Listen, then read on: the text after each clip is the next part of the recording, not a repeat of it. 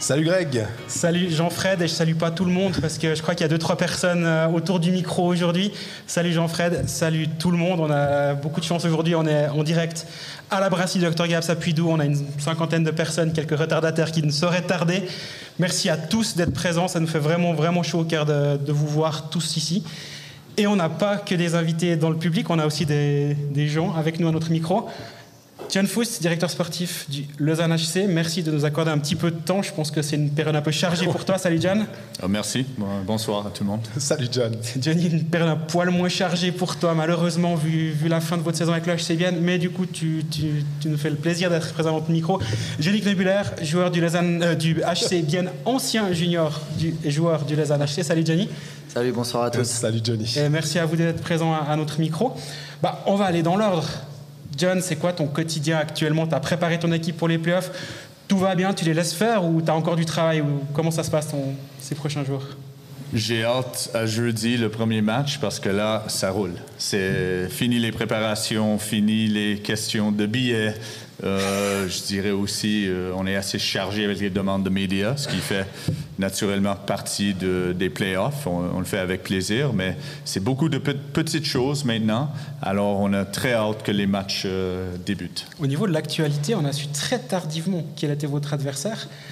Langnau, c'est spécial pour toi, finalement, ce rapport avec ce club où ça date depuis trop longtemps et c'est un adversaire comme un autre? Au niveau professionnel, c'est un adversaire comme les autres, c'est business. On va pour gagner. Il n'y a pas d'émotion personnelle dans ça. C'est notre adversaire dans les quarts de finale. Au niveau personnel, oui, comme je disais à Johnny avant, j'ai passé beaucoup d'années à Langnau comme joueur ou entraîneur.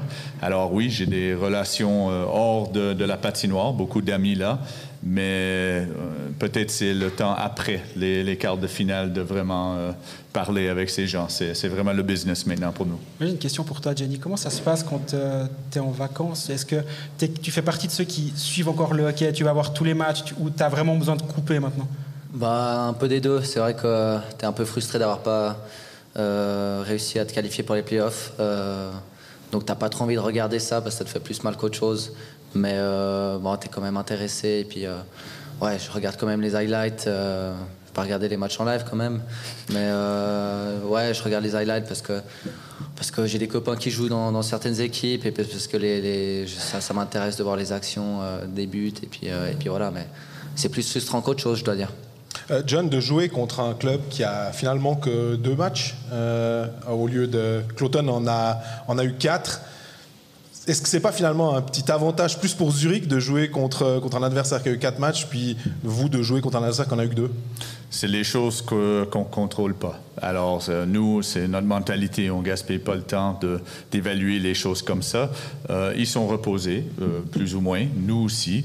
Alors, je crois que ça va être une bonne série. Et puis, c'est peut-être après les playoffs de débattre est-ce que c'est le bon modus ou non. Il y a eu beaucoup de discussions, je crois, les derniers jours. C'était des bons matchs. On a vu le match hier soir aussi qui était décisif. Il y avait beaucoup d'émotions, mais c'est à voir. Est-ce que c'est vraiment la façon qu'on veut continuer? Mais pour nous, encore une fois, c'est juste, on joue jeudi et c'est la seule priorité dans notre tête. Johnny, toi, tu as vécu, j'imagine, de l'extérieur, cette évolution du Lausanne HC, on va dire. On va pas parler du P-word, Peter Svoboda, c'est bon, on va pas le mentionner aujourd'hui, mais tu as vécu de l'extérieur comment le club a évolué, comment il est revenu de tout en bas, on va dire ça comme ça. C'est quoi les autres joueurs de la Ligue? Qu'est-ce qu'ils pensent du Lausanne HC de sa reconstruction? C'est clair que tu vois l'évolution de l'équipe, du club. C'est un club qui a beaucoup grandi, là, qui est devenu aussi très, très, très solide, beaucoup plus difficile à jouer contre. De l'externe, tu comprends pas plus les raisons, tout ça que ça. Enfin, tu vois juste l'évolution. Et puis, oui, moi personnellement, bien sûr que je suis peut-être un peu plus qu'un autre, vu que c'était mon club des juniors. Donc c'est impressionnant à voir en tout cas. Ouais. C'est inspirant du coup pour le HC Vienne finalement de se dire qu'il y a aussi il y a une finale, tu n'étais pas présent, mais il y a eu une finale il n'y a pas si longtemps pour le HC Vienne. Il faut aussi reconstruire. Toi, tu le sens à l'intérieur du HC Vienne actuellement, cette reconstruction qui est en cours, qui a déjà bien commencé d'ailleurs. Oui, ça passe par des reconstructions, pardon. Voilà, bien, ils ont été en finale et puis ils ont dû peut-être changer quelque chose pour retourner à un niveau. Tu dois t'adapter. Tu as des joueurs qui finissent leur contrat, des joueurs plus jeunes. Pardon, punaise. C'est plus stressant de jouer devant 7000 personnes, non, quand même pas. Non, et puis voilà, tu dois passer par une construction et Lausanne l'a fait. C'est ce que veut faire Bien aussi. Mais quand tu vois des joueurs des équipes romandes arriver en finale, ça fait plaisir, et voir gagner des titres aussi. D'un point de vue personnel, d'avoir signé à Bienne 3 ans, c'est juste. Tu as réussi ta meilleure saison comptable. Tu étais allé là-bas parce que tu allais sûrement avoir un plus grand rôle. Je pense que malgré le fait que la saison s'est mal terminée, d'un point de vue personnel, tu n'es quand même pas trop déçu de ton choix jusqu'à présent. Oui, bien sûr que personnellement, individuellement, ça fait plaisir parce que j'ai senti que j'ai pu passer des steps, j'ai pu avoir beaucoup de responsabilités, j'ai senti que j'ai pu évoluer. Mais oui, ça fait très plaisir. Après, je suis quand même plus frustré qu'autre chose. Quand tu vois que le championnat est continu, que tu as les équipes qui jouent, qui n'ont même pas encore commencé les quarts de finale et que tu es déjà dehors, tu ne joues pas pour toi ou pour finir ton championnat au mois de mars. Donc c'est pas satisfaisant pour ça. John, c'est le rêve pour tout GM, ça. Tu signes quelqu'un et il fait sa meilleure saison carrière la première année. Oui, c'est le but chaque fois que tu fais une signature, bien sûr. Mais je crois dans une construction d'équipe, tu as besoin de toutes sortes de joueurs qui ont des rôles différents aussi. Alors, nous, on a des joueurs aussi qui ont l'impact peut-être sur la transition, mais peut-être pas les points. On peut voir la valeur de Johnny, surtout avec son patinage aussi. C'est un joueur box-play aussi qui est capable de mettre beaucoup de pression.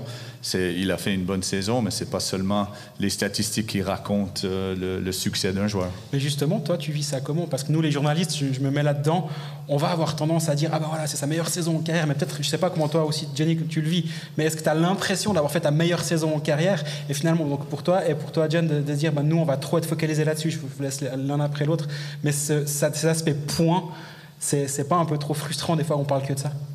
Oui, c'est vrai que comme dit John, souvent, tu lis après un match, c'était le meilleur joueur du match, il a super bien joué, mais le gars, il a juste marqué un but, et puis peut-être qu'il n'a pas fait un travail de fou derrière pour l'équipe, et alors que tu as un autre joueur, peut-être de 3e, 4e ligne, qui a bloqué 3 shoots, qui a passé son match à back-checker ou for-checker, qui a transpiré beaucoup plus que les autres, et le lendemain, on ne voit pas son nom dans le journal. Donc, c'est des choses que, c'est évident. Tu résumes le match, tu dis qui c'est qui a marqué, qui a marqué le goal de la victoire. C'est comme ça. Mais de toute façon, je pense que les coachs, les GM, l'équipe, ils savent les joueurs qui font une bonne saison, qui font un bon match, même s'il n'y a pas de point derrière. Tu évalues comment, toi, les joueurs, justement, sur cet aspect? Moi, je me méfie des joueurs qui font leur meilleure saison parce que c'est la meilleure saison. Et j'aimerais pas payer pour qu'est-ce qu'ils ont fait dans le passé, mais qu'est-ce qu'ils vont faire dans le futur. Alors, c'est une balance à trouver. Tu veux un joueur qui a un rôle, qui a du succès, mais il faut aussi faire la projection où tu le vois dans ton équipe, quel rôle il va avoir, et surtout d'éviter les erreurs de casting, de dire oui, il a joué 22 minutes dans une autre équipe, mais chez nous, on le voit à 16, alors c'est naturel qu'il ne va pas avoir les mêmes points qu'il avait. Mais j'ai quand même une question par rapport aux agents. Est-ce que c'est que nous, Greg disait les journalistes, mais est-ce que les agents ne sont pas là de dire ouais, mais regarde, Johnny, il a fait 27 points, c'est sa meilleure saison en carrière, donc s'il te plaît, donne un petit peu plus. Oui, mais la conversation est très courte après ça. Alors, mais ce que je veux dire, c'est qu'il y a quand même d'autres personnes qui vont amener... oui, mais nous, on a les analytiques que les joueurs ne voient pas aussi. Alors, on a toujours une défense à ce qu'ils amènent sur la table aussi. En parlant des analytics, ça a évolué comment sur ces 5 dernières années? C'est vraiment totalement différent d'avant? Absolument, oui, mais je ne peux pas en dire plus. Non. On t'a pris à ce micro, c'est pour que tu en dises plus. Oui, la technologie, je crois que je l'ai déjà dit plusieurs fois, ça joue un rôle chez nous. Non seulement pendant les matchs, les entraînements, mais aussi dans la projection des joueurs et l'analyse des joueurs. Mais comme j'ai dit, chacun peut avoir le même data, mais c'est la façon qu'on l'utilise. Alors, c'est ça qui est peut-être un peu différent à Lausanne. Toi, Jenny, à la fin d'un match, toi, tu regardes tes statistiques hors point analyse, parce que tu sais ce que tu as fait, mais justement, le Corsi, toutes ces statistiques-là, tu es à fond dedans ou pas trop? Non, ce que je regarde généralement, c'est mes shifts. Donc, tu regardes tes shifts et puis c'est là où tu regardes qu'est-ce que tu aurais pu mieux faire au niveau des actions. Voilà, finir un hit, faire une passe autrement ou comme ça. Donc, peut-être un peu plus technique. C'est vrai qu'après les statistiques, j'ai l'impression que c'est mieux de les regarder après coup, peut-être une fois que les saisons elles sont finies. Parce que ouais, je préfère en tout cas me concentrer sur la manière dont je joue. Moi, j'ai une question par rapport à l'entraîneur de Bienne, que tu connais forcément beaucoup mieux que moi. Moi, je lui ai parlé qu'une fois. J'ai pas eu le temps d'avoir un avis sur lui, déjà à titre humain et personnel, mais on l'a aussi vu de loin parce que Bienne a eu une saison compliquée. C'est quel genre d'entraîneur? Qu'est-ce qu'il apporte à ce HC Bienne? Bon, alors déjà, c'est sa première saison en Suisse, donc il y a dû avoir une adaptation au niveau de l'équipe. Il y a eu beaucoup de jeunes joueurs qui sont arrivés, donc il a essayé de faire cette construction justement en amenant des joueurs pour compléter remplacer les absences des blessés. Donc, ouais, il a essayé de faire un travail dans ce sens et puis d'amener un nouveau système, une nouvelle manière de jouer depuis l'ère Tormenon qui s'est terminée. Il y a une tendance au hockey nordique. On sait que Roger Rundberg va débarquer à Fribourg. Le nom de Sam Allam, on en parlera peut-être un petit peu plus tard, on verra. Et aussi en rumeur en Suisse. Et toi, John, tu es parti à l'opposé. Tu as pris un entraîneur canadien. Ça a pesé dans la balance au moment de réfléchir au profil idéal et à sa philosophie de jeu, de se dire non, c'est pas dans cette direction que j'aimerais aller? Ça serait une erreur seulement de juger quelqu'un sur le passeport aussi. C'était plutôt la personne que j'ai amenée. La personne de Jeff Ward, il ne faut pas oublier Peter Anderson et le reste du staff aussi. On a une grosse influence nordique dans notre staff. Peter Anderson, c'est le bras droit de Jeff. Et même Jeff lui-même, il a fait en Allemagne quelques saisons, l'équipe nationale. Nous, on dirait on est une fusion de Nord-Américains et Suédois dans notre système aussi. Alors, c'est pas juste un head coach qui vient du Canada, mais c'est plutôt comment le système qu'ils veulent jouer, la communication qu'ils ont avec les joueurs aussi, qui est très ouvert. Et puis, il faut s'adapter. En Suisse, soit ça marche pas. Et c'est une personne qui s'adapte bien, qui est capable de réussir le long terme. D'ailleurs, on voit qu'il y a des étrangers là qui... On pensait qu'ils allaient bien performer, ils performent moins bien. Les contrats, maintenant, on a l'impression que les buy-out existent. C'est quelque chose qui, a encore quelques années, on a l'impression qu'il fallait un peu traîner son joueur qui ne performait pas. Il y avait un peu des fois des trades, mais c'était rare. Maintenant, vous avez un peu plus de marge de manœuvre pour faire des choses. Il ne faut pas oublier, on est allé de 4 à 6 étrangers aussi. Ça veut dire que le risque d'avoir un joueur qui n'arrive pas aux attentes est élevé. C'est très difficile de voir une équipe où tu as 6 qui jouent le maximum de l'attente ou du potentiel qu'ils ont. Ça dépend qui joue avec, le timing, responsabilité, même l'adaptation de la famille. Il y a beaucoup de facteurs, mais c'est devenu plus le risque maintenant avec 6 que si tu en as 3 qui cartonnent, tu as fait une bonne job. Jenny, toi, tu es de l'autre côté. Finalement, lui, il voit peut-être, je parle à ta place, mais c'est un avantage d'avoir beaucoup de joueurs étrangers à pouvoir choisir. Le marché est plus grand. Pour toi, du coup, c'est une concurrence supplémentaire qui vient dans ton vestiaire. Tu le vis comment en tant que joueur suisse qui est censé avoir un impact offensif et donc qui se fait peut-être un peu grignoter des minutes, notamment de powerplay, je dirais, ou de bonnes minutes offensives? Oui, bien sûr que c'est de la concurrence dans l'équipe pour ta place. Quand c'est arrivé de passer à 6 étrangers, tu te dis tu auras peut-être moins de responsabilités, moins de temps de glace. Il y a un côté, oui, ça t'embête parce que t'es là, c'est moins facile. Mais d'un autre côté, c'est aussi le revers de la médaille où peut-être que ça te fait un peu plus travailler, plus développer pour essayer de piquer la place à un étranger dans une ligne ou d'être le meilleur Suisse ou un des meilleurs Suisses dans ton équipe. Donc, ouais, ça te force à t'adapter et à te développer pour en fait, comment tu dis, pour garder ton job au final. Mais c'est un état d'esprit finalement qu'il faut avoir, un peu comme partout. Il faut avoir envie de se battre. C'est le truc des sports collectifs. C'est une compétition dans un sport collectif. Tu dois te battre pour toi, pour te montrer, pour ton boss, mais c'est un sport collectif où tu lui souhaites aussi la réussite, parce que s'il réussit, ça te fait que tu réussis aussi et que l'équipe elle peut gagner. Donc oui et non. J'ai parlé en ton nom, John, en disant que c'était plus facile, que le marché était plus vaste. Mais c'est vrai, c'est quand même plus facile d'être GM quand on a 6 étrangers que lorsqu'il n'y en avait que 4. Pas nécessairement, ça arrive bêtise, encore au bon choix de connaître ton équipe, d'avoir les bons rôles. L'année passée, je pense à un Salomaki, qui était un joueur clé pour nous toute la saison et dans les playoffs. Que je pense qu'il n'y aurait pas d'autre équipe qui aurait pris, parce qu'il y a un manque d'offensif, mais il a joué un rôle avec nous.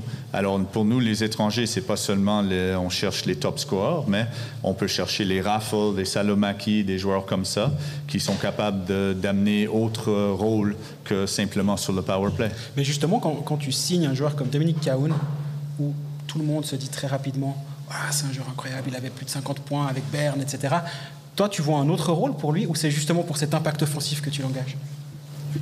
Alors ça, c'est une situation spéciale. C'est une situation à Berne qui n'était pas idéale pour lui. Je pense que c'était plutôt relationnel avec le coach. Il a une histoire avec Ward. Ils ont été ensemble avant. On a bien parlé longtemps ensemble, à voir comment on le voyait. Est-ce qu'il veut ce rôle? Et oui, c'est un rôle offensif. Mais chez nous, on ne joue pas le hockey totalement offensif. On est plutôt responsable. La base, c'est la défensive. Alors, lui doit s'adapter. Alors, on ne lui met pas la pression de dire qu'il doit faire des points, des saisons de 50 points. Moi, je préfère 35, mais on a du succès comme équipe. Et tu parlais de 6 étrangers, de dire qu'il y avait plus de choix. Si tu devais faire un ratio, de se dire, je suis un bon GM, j'en ai pris sur les 6, j'en avais 4, 5 de bons, ce serait quoi le bon ratio? Si on en a 3, c'est déjà bien, mais je pense qu'il faudrait quand même avoir un petit peu plus que 3 sur 6. 1, j'adore tous mes joueurs. 2, c'est à vous de juger. On a nos jugements internes. Vous pouvez voir, c'est pas difficile. Tu vois le temps de glace aussi. Si un coach croit que tu fais le rôle, tu vas jouer. Alors, je crois qu'on a eu la chance d'avoir assez une belle quota de réussite avec nos joueurs. C'est le devoir de tout le staff et encore une fois de la recherche que nous faisons. Mais encore, on va voir dans les playoffs, la vérité va sortir. D'ailleurs, tu parles du temps de glace. Et le temps de glace à Lausanne, on l'a déjà relevé souvent avec Greg, il est assez bien réparti. Il y a peu de joueurs, il n'y a pas des deltas très importants de joueurs qui jouent peut-être 2 minutes et puis des joueurs qui jouent 25 minutes.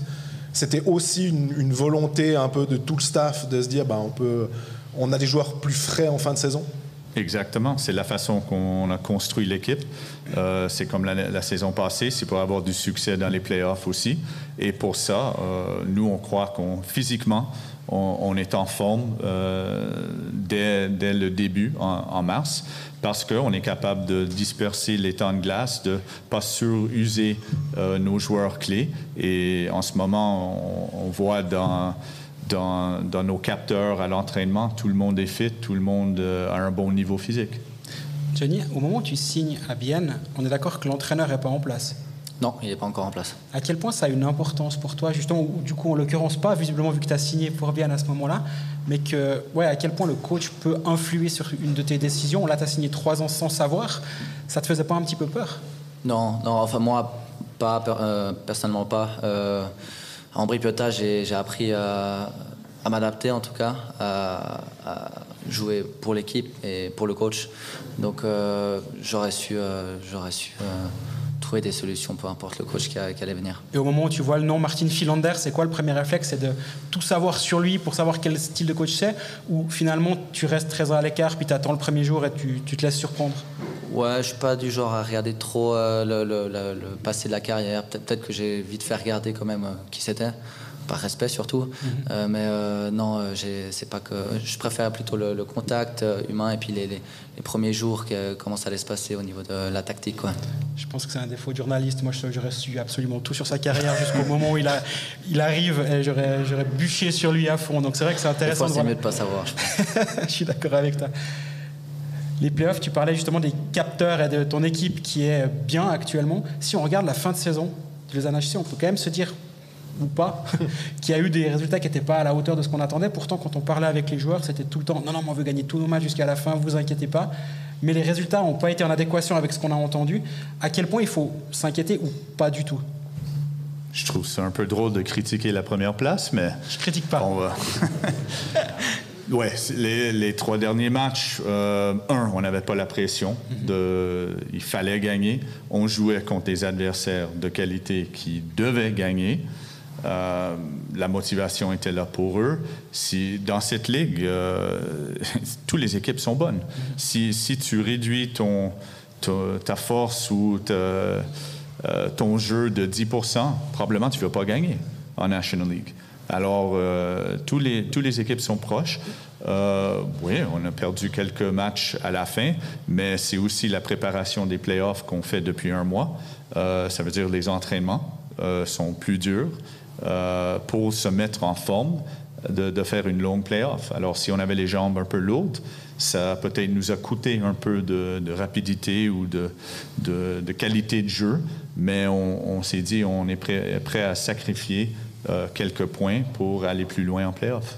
On voit que tu as un rendez-vous après. Tu prends mes questions suivantes et tu y réponds déjà. Donc, on gagne beaucoup de temps. Merci beaucoup. D'être premier de la saison régulière, est-ce que c'est une première pour le Lausanne Hockey Club?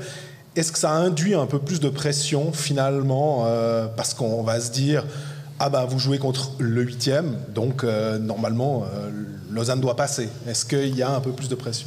Ça nous a donné la fierté d'être la première fois au haut du classement.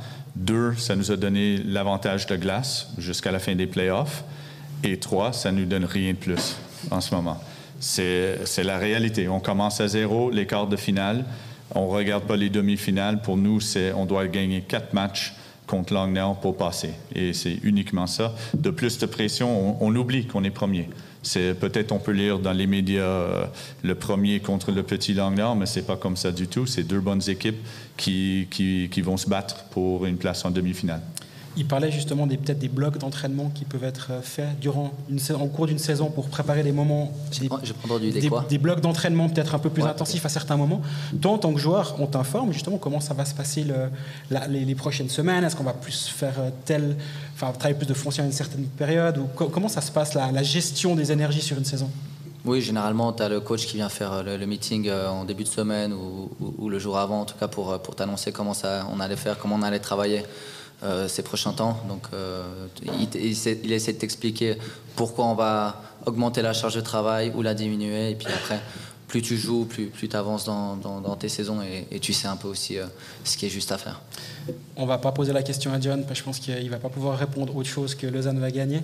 Toi, tu t'arrives à faire des petits pronostics sur les quarts de finale. C'est un jeu auquel tu joues en disant Lausanne-Langnau, je vois ça, Zurich-Cloton, ou finalement, comme tu disais au début de ce passage, tu restes un peu à l'écart. Non, je vais regarder. Je ne vais pas rester à l'écart, dans le sens... Oui, c'est compliqué. Là, au jour J, c'est dur. Mais c'est quand même un sport que j'aime. Ça m'intéresse. Je suis hyper curieux de voir les résultats. Et puis, c'est impossible à dire. Bien sûr que tu as toujours les favoris. Là, tu dis, il y a Cloton qui joue contre Zurich. Zurich doit passer. Mais comme a dit John, il y a tout qui est ouvert. Tu as certaines équipes qui ont des bêtes noires aussi. Donc, tu as un aspect psychologique qui rentre en compte maintenant. Et c'est pour ça que c'est le play-off, c'est sympa à regarder, tout le monde est curieux. Est-ce qu'au mois d'avril, je me projette un tout petit peu, je pars de la National League et je pense à l'équipe nationale, est-ce que tu t'es dit, je vais peut-être pas partir tout de suite en vacances parce que c'est possible qu'en avril, Patrick Fischer me fasse un petit, un ordre de marche, reçoive une convocation pour l'équipe de Suisse? J'ai encore aucune info, mais en tout cas, ce serait quelque chose d'intéressant et bien sûr qui me ferait méga plaisir. Mais en tout cas, j'ai pas organisé mes vacances parce que c'est encore trop tôt aussi, surtout par rapport à l'élimination et j'avais pas trop le cœur à ça pour l'instant. Donc là, tu te maintiens en forme, tu vas encore sur la glace ou au cas où, ou bien tu laisses quand même un peu de temps? C'est des questions très précises que je pensais pas répondre aujourd'hui face à autant de monde. D'accord, alors on n'a pas besoin d'y répondre. J'ai aucun programme. Vraiment, c'est assez récent et je peux rien confirmer. Ouais. On se réjouit de voir si on te voit sur les matchs du mois d'avril. J'ai vu qu'il y avait 2 déplacements à Marseille avec l'équipe de Suisse. Ça peut être, tu prends Gaëtan Haas avec toi, je crois qu'il aime bien la ville là-bas, c'est ça? J'ai parlé, on est assez proche avec Gaëtan, il m'a donné lui l'information que ça joue à Marseille. Il avait un grand regret de ne pas pouvoir y aller. Ouais. Bah, si tu es sélectionné, tu le prends avec dans un petit week-end, non? Il viendra automatiquement, ouais. Parfait, je pense qu'on a posé des questions suffisamment précises pour toi, Johnny. John, je pense qu'on peut pas aller plus précis à 2 jours des playoffs. Ce qu'on peut faire, c'est vous remercier d'avoir accordé un petit peu de temps pour cet épisode.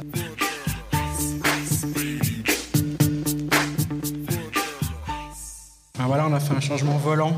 On a dit au revoir à Yannick Nebeler et à John Foust. Qu'on remercie encore. On a un 2e directeur sportif. Je faisais la blague en préparant l'émission qu'on a presque plus de directeurs sportifs qu'à certaines réunions de la Ligue.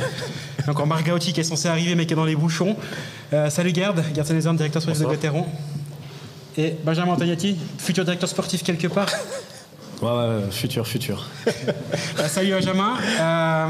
Tu auras un plaisir de t'avoir à notre micro également.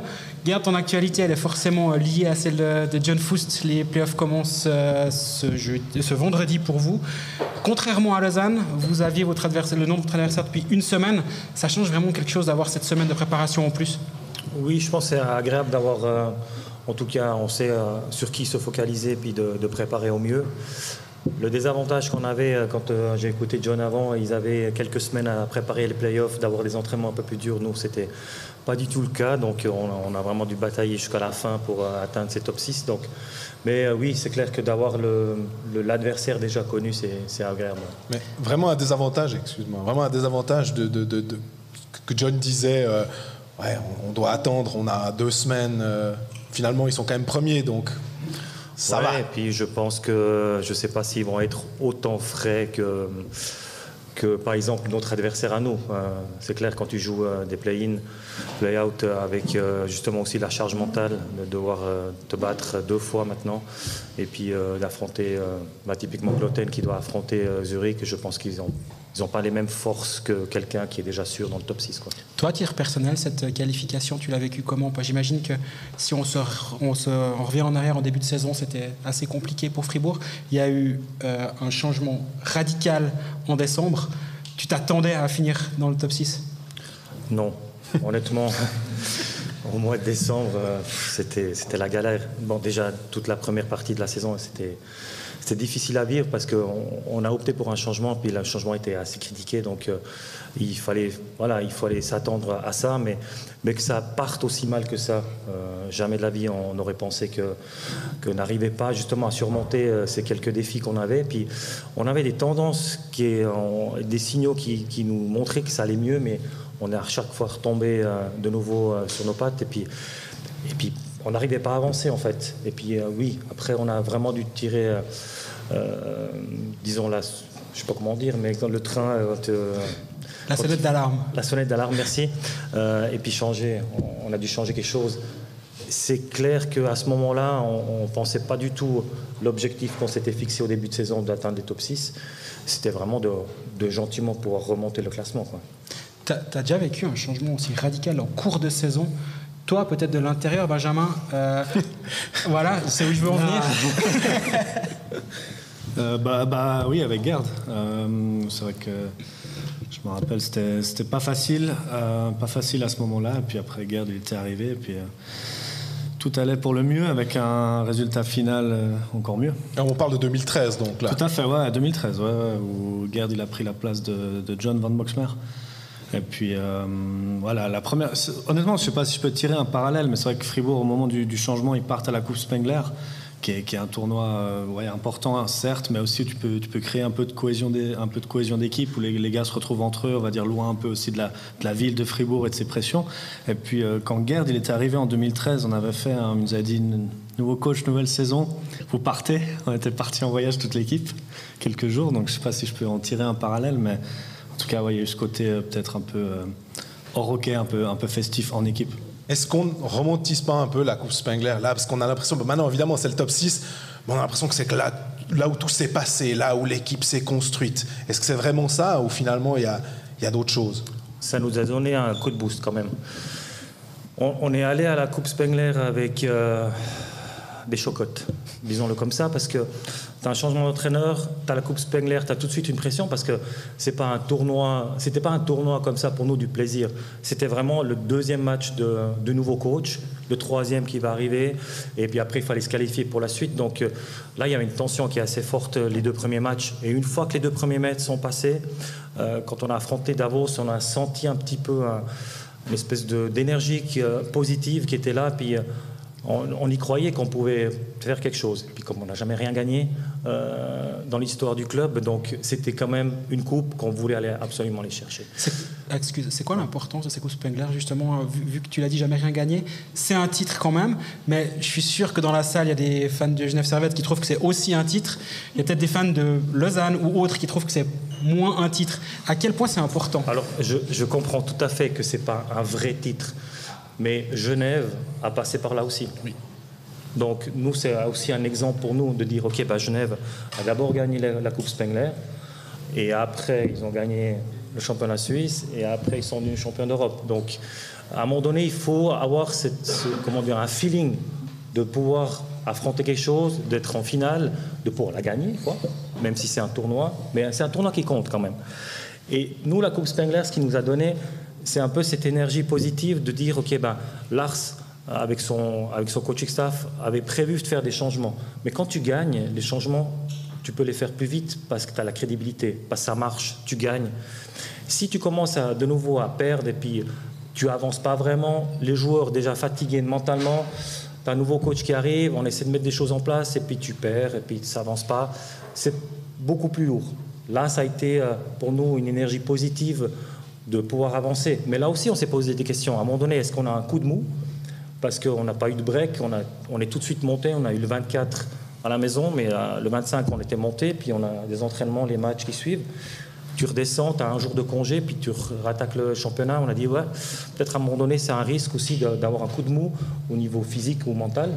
Et puis, on savait qu'il fallait performer à 100% les derniers 21 matchs pour atteindre l'objectif qui était les top 6. Mais moi, je disais à un moment, quand ça commençait à bien marcher, je disais, moi, je suis sûr que Gerd, il s'est dit, voilà, c'est ça l'équipe que j'avais imaginée, parce que finalement, il n'y avait pas eu autant que ça de changement dans l'équipe au niveau de l'effectif. Mais tout d'un coup, ça marchait. Est-ce que tu as eu cet état d'esprit de se dire, ouais, voilà, c'est ça, le Gauthieron que j'envisageais? C'était trop frais encore pour dire, je pense que voilà, c'est des moments où tu dis, OK, oui, j'aime bien le jeu qu'on fait, je vois une cohésion, je vois de la discipline. Pour nous, l'accent, c'était clairement défensivement. On prenait beaucoup trop de buts, et aussi on a beaucoup critiqué Reto Berra, mais Reto, à un moment donné, était quasiment tout seul derrière. Donc, pour soulager un gardien, pour avoir une cohésion défensive, il faut que tout le monde y travaille. Donc oui, il y a eu des très bons matchs, et aussi après la Coupe Spengler, on a eu des très bons matchs où justement défensivement on a bien joué. On n'a pas tout le temps été meilleur que l'adversaire, mais on a pu profiter justement parce qu'on ne prenait pas plus que 2 buts. Et à chaque fois qu'on marquait 2 buts, en fait, ça te donne confiance. Tu dis, on a 2 buts, on sait qu'en principe, on ne prend pas plus que 2. Il y a une certaine confiance qui s'installe au niveau du gardien, de la défensive. Offensivement, tu dis, si on marque un 3e, il y a quand même des très bonnes chances, au vu des derniers 5-6 matchs, qu'on puisse aller la chercher. Toi, Benjamin, tu as vécu une année en pleine confiance, justement, avec Genève Servette, quand vous allez au titre, avec Linus Omark sur la glace. Tu avais l'impression que de toute façon, il allait marquer 2 buts, lui ou sa ligne, ou à un moment, il allait avoir justement ces gars sur qui tu peux absolument compter pour te sortir des situations difficiles. C'est vraiment aussi important que ça, d'avoir cette confiance-là sur certaines individualités. Et comment toi, tu vivais ça, la confiance de ces joueurs par rapport à toi et au reste du groupe? C'est clair qu'il tirait l'équipe quand même vers le haut. Et puis on avait aussi Tom Ernest qui à tout moment pouvait décider lui-même d'un match. Mais le feeling qui était assez cool et qui était important, c'est que c'est vrai que régulièrement on a gagné des matchs en vraiment, je pense, on ne savait pas trop comment non plus, on jouait pas forcément bien, mais le résultat il était positif. Et c'est à ce moment-là où tu te sens un petit peu, pas intouchable, mais où tu te dis ok, en fait, même si on joue mal, ça peut passer. Alors ça ne veut pas dire qu'il faut se dire ok, cool, le week-end d'après on va refaire la même, mais disons qu'on avait des alertes en fait sans frais. On prenait les 3 points, puis on avait une alerte, puis on pouvait juste retravailler les choses. Et c'est un peu ce que Gerd disait avant. Il y a des matchs où ils n'ont pas spécialement bien joué, Voilà, mais en encaissant que 2 goals et en marquant juste 3, ça passait. Et ce feeling-là, pour un joueur, il est assez cool. Est-ce qu'on peut imaginer justement, vous deux, là, quand on parle d'une équipe qui est en confiance, peu importe la façon dont elle joue, mais simplement le fait d'avoir justement ça, c'est ce qui va déterminer les équipes qui vont finir peut-être en finale, qui vont être champions, justement simplement par ce feeling où peu importe les noms derrière le maillot, quoi, vu que ça marche bien. Je pense que le champion, au final, quand il regardera, il fera une rétrospective de la saison. Je pense sur en tout cas la finalité ou sur ses playoffs, il se dira en fait c'était logique, il ne pouvait rien nous arriver. Je pense à chaque fois, je pense le champion, il se dit ça. Maintenant, ça prend énormément de temps de construire la confiance, que la majorité de tes joueurs soient en confiance, mais en très peu de temps, tu peux la perdre aussi. Toi, Garde, à titre personnel, tu l'as vécu comment, ce début de saison et après ce retournement de situation? Finalement, à Fribourg, souvent les émotions peuvent aller très haut et très bas. Je pense que ce n'est pas le seul endroit au monde, mais ça arrive à Fribourg aussi.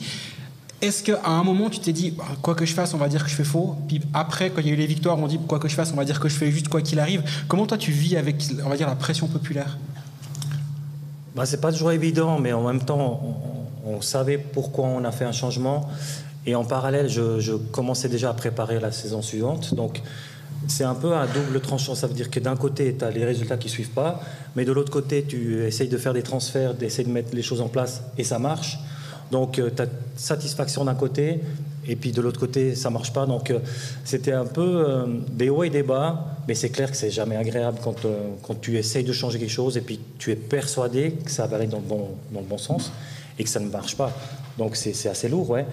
Moi, ce qui m'a plus affecté, c'est ces critiques personnelles, en fait, qui me touchent la personne, pas le travail ou les décisions, parce qu'il y a des gens autour, en fait. C'est pas que moi-même. Ça fait longtemps que je suis dans le métier, donc je sais comment ça marche et puis je sais comment le gérer. Mais c'est plus les gens autour qui sont affectés, puis qui sentent plus mal pour moi, eux-mêmes, que moi-même, en fait. Et puis ça, des fois, c'est pas agréable, surtout quand on a les enfants, puis qu'ils vont à l'école, et puis ils reviennent, et puis qu'ils sont en pleurs, et puis voilà. Mais ça fait partie du métier. On sait que c'est comme ça, on doit les protéger, puis on doit un petit peu leur dire que c'est pas grave, et puis. Mais sinon, le reste, au niveau de la pression, on sait qu'il y a des hauts et des bas, on sait qu'on veut avancer, dans quelle direction on veut aller, c'est surtout ça. Pour nous, c'est clair, la direction, on met les choses en place. Des fois, ça va un peu plus vite, des fois, ça va pas aussi vite qu'on aimerait, mais il faut faire face, et puis il faut trouver des solutions. Pour moi, c'est surtout ça. C'est à chaque fois d'être actif et pas rester là, puis espérer que les choses changent tout seul. Et c'est pour ça que les changements, des fois, sont difficiles à faire, et les changements sont risqués aussi. Aussi, le fait de changer Patémon et puis d'amener Lars, c'était pas... Ouais, on ne savait pas si ça allait faire l'effet ou pas. On aurait pu choisir un autre coach. Il y a d'autres coachs qui étaient sur le marché. Typiquement, le coach qui était à Lugano, Uwe Krupp, que j'ai rencontré. Et là aussi, tu te dis, est-ce que le feeling y passe? J'ai l'impression qu'il y a des bonnes discussions, mais à la fin, je n'étais pas à 100% persuadé. Mais tu prends un risque à chaque fois. Donc, c'est un peu de chance aussi. Mais tu parles de... tu disais aussi, on pense à la suite. Et la suite, Fribourg l'a annoncé assez rapidement que ça allait être Roger Rönnberg. Et je dis pas qu'on n'a pas été... C'est pas qu'on a été surpris, mais on s'est dit, OK, Patémon pendant une année, puis on connaît déjà l'autre coach. Mais je pense qu'avec le recul, tu peux pas faire différemment, finalement. Ou quand même, tu te dis, j'aurais peut-être dû faire autre chose. Honnêtement, on était persuadés que ça allait fonctionner. Patémon a eu de la victoire avec les jeunes, U20. On voulait intégrer des jeunes, donc il avait l'expérience de travailler avec les jeunes. Patémon a amené la Genève en finale. Il a fait un super travail comme assistant à Fribourg. Donc, tout était en fait réuni. Et lui-même a été super motivé. Donc, on s'est dit, voilà, c'est quelqu'un qui connaît la maison, qui a envie de faire. Les joueurs le respectent. Mais du moment que tu pars mal, il y a plusieurs choses qui sont venues en même temps. Je ne peux pas tout non plus raconter, mais et quand ça démarre difficilement, il y a plein d'excuses partout. et ça part en cacahuète, et c'est ce qui s'est passé. Et donc, pour l'entraîneur, c'est pas facile. Benjamin, ça existe, ça, une équipe qui joue contre son coach? T'as déjà vécu ça? Ou c'est une théorie de, pas de journaliste, mais de suiveur? Oui, de journaliste. Ouais. Et autres. Non, de journaliste, non, qui joue contre son coach. Non, alors moi, j'ai jamais été dans une équipe qui a fait exprès de perdre en se disant allez, plus que 2, après il est loin. ça pas, parce qu'au final, il n'y a pas que le coach qui est affecté. Alors c'est sûr que c'est le premier qui... C'est comme ça depuis la nuit des temps, et je pense que ce sera comme ça les prochaines années. Et voilà, c'est le premier qui part parce qu'il y a besoin d'un changement et c'est le plus facile. Mais qui joue contre, non, jamais. On m'a posé plein de fois, toujours non. C'est quoi? Mais c'est plutôt, c'est quoi, 99% au lieu de 100 ou bien 100 au lieu de 101%? Moi, je pense que c'est la façon que le coach amène son équipe dans les moments difficiles. C'est le leadership, c'est la communication, comment tu gères ton équipe, comment tu parles avec tes leaders, comment tu parles avec ceux qui sont peut-être dans un deuxième rôle, de les amener en avant. Parce que si à un moment donné, comme coach, tu es un peu passif, et puis que en fait, tu n'as plus de clés en main pour changer la situation, ben là, l'équipe aussi, elle se laisse un moment d'aller. Mais si toi-même, tu les tires en avant et tu y crois, tu as toujours une possibilité de changer. Et c'est pour ça qu'à un moment donné, quand ça ne marche plus, et puis le coach, il est un peu... J'ai tout essayé, ça ne marche plus. Ben à la fin, on dirait que c'est les joueurs qui jouent contre le coach. Mais ce n'est pas le cas. D'ailleurs, ça me fait penser, il y a un article de Blick qui a sorti... alors, c'était c'est sûrement des conneries. Un panel de joueurs, je crois que c'était 160 joueurs à qui on a demandé quelle est la plus grande diva du championnat. Et il y a eu Chris Di Domenico, qui n'est plus à Fribourg, qui était au début de saison. Mais il y avait quand même Wallmark dedans, il y avait quand même Sorensen, il y avait quand même Sprunger, il y avait quand même Motet. Quand toi, tu lis ça dans le top 10, on va dire... Tu te dis, ah ouais, quand même, je sais pas comment on gère parce que c'est les joueurs qui disent ça après diva. C'est un mot peut-être qui est un peu plus... qui est un peu éclate pour Blick, ça marche mieux de dire diva, mais comment tu as vu ce classement et tu as réagi à ça? Ben, la réponse, c'est Greg qui l'a donnée. Hein. C'est sûrement des conneries. Ouais, alors ça dépend comment on décrit une diva. C'est clair que si quelqu'un tombe par terre et puis que Sorensen il se fait faucher 3 fois puis de temps en temps il en rajoute un peu, c'est une diva, ok. Julien Sprunger, je vois pas pourquoi. Voilà, Motet il a ce tampon sur le front où ça fait longtemps que voilà il en rajoute à chaque fois. Ça fait partie de son personnage. Oui, là je peux comprendre, mais diva peut-être. Ouais, ça dépend comment on le décrit. Et Dido, alors?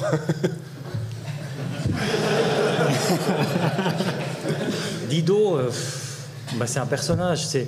Je ne le décrirais pas comme diva. Ça veut dire que Dido, il a envie de jouer. Il a envie de jouer le plus possible. Il triche un petit peu. Il reste sur la glace. Voilà, ça fait partie de son personnage. Il t'amène des points. Il peut faire déclencher quelque chose, il amène de l'émotion, c'est un bon gars dans le vestiaire au niveau des émotions. Il peut, voilà, dernièrement aussi, il a gagné un match quasiment à lui tout seul, mais de l'autre côté, il te fait perdre aussi. Donc c'est toujours une balance entre deux où tu dis mais qu'est-ce qui est bon pour le groupe et qu'est-ce qui n'est pas bon. Peut-être à un moment donné, un joueur comme ça, où c'est le centre de l'équipe, là, il peut performer. Mais si à un moment donné, il y en a d'autres qui lui prennent la lumière, c'est là que ça coince un peu. Et puis c'est là que ça peut devenir une diva, parce qu'il pense que tout lui est dû. Et puis les autres, à un moment donné, il faut les pousser de côté pour laisser la place. Mais Dido, je pense qu'il a toujours bien accepté le rôle quand il est venu à Fribourg. Il a été quelqu'un d'important pour nous.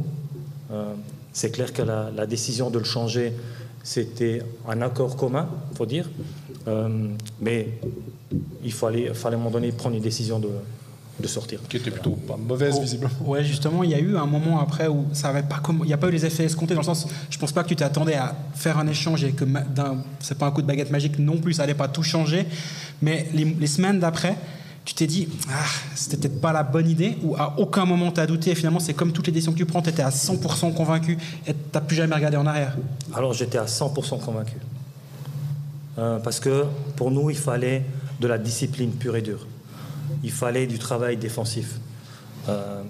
Et c'est vrai que si les gens juge le changement de Dido Lilia, qui sont deux profils complètement différents, je peux comprendre. C'était pas le but non plus de... On avait déjà Linden Vey, mais on ne pouvait pas le communiquer puisque Linden a dû repartir chez lui. Il avait un problème avec son enfant. Donc lui, on ne pouvait pas le communiquer parce qu'on ne savait pas s'il allait revenir chez nous. Donc les gens ont dit « Ah, mais ils ont changé Dido avec Lilia. C'est quoi ce bins ? On ne comprend pas trop. » Pour nous, le remplaçant de Dido au niveau du powerplay, c'était Linden Vey. Le rajout de Lilia, pour nous, c'était quelqu'un... On voulait quelqu'un qui se donne à 100% puis qui montre l'exemple par rapport à son éthique de travail. Et je pense qu'on a eu de la chance avec Jacob, qui nous montrait, et il nous montre tout le temps, à l'entraînement, au match, que c'est quelqu'un qui va à la guerre. Donc on a besoin des choses comme ça pour justement renverser la tendance. C'est pas qu'on a surfé sur une deuxième, troisième place où on dit Dido, voilà, il fait partie des bons joueurs, il va nous faire la différence, mais il y en a d'autres qui vont gommer son manque de discipline. Donc on a opté pour cette position-là, et puis on était 100% convaincus que ça allait faire l'affaire. Ouais. Bon, on termine en parlant de cette série contre Berne. Tu as un pronostic, Benjamin ? Non, c'est même pas parce que Gerd est là que c'est pas facile, franchement pas facile à définir, parce que Berne ils font quand même une saison un petit peu surprenante où voilà, ils sont un peu en reconstruction comme on dit. Et puis c'est un derby aussi. Voilà, je pense que Fribourg ils sortent un petit peu un peu du trou, quoi. Puis finalement ça enlève sûrement un peu de pression aussi à Fribourg. Donc c'est compliqué un derby. J'ai jamais eu de derby en play-off, mais ça doit être quelque chose de sympa à vivre. Et puis je pense que ça brasse un petit peu les cartes justement. C'est quoi la clé de cette série ? J'ai eu Lars Leuenberger à l'interview ce matin. Il m'a dit on sait quelles sont les clés sur lesquelles on va devoir insister pour gagner cette série, mais compte pas sur moi pour te les donner. Bon, je peux pas lui en vouloir. Donc toi, tu vas peut-être pas m'en dire beaucoup plus. Mais c'est quoi les 2-3 aspects sur lesquels tu te dis là, on a peut-être un petit avantage sur Berne ? Je peux me permettre, t'es bien content d'avoir changé Dido là quand même. Dis la vérité.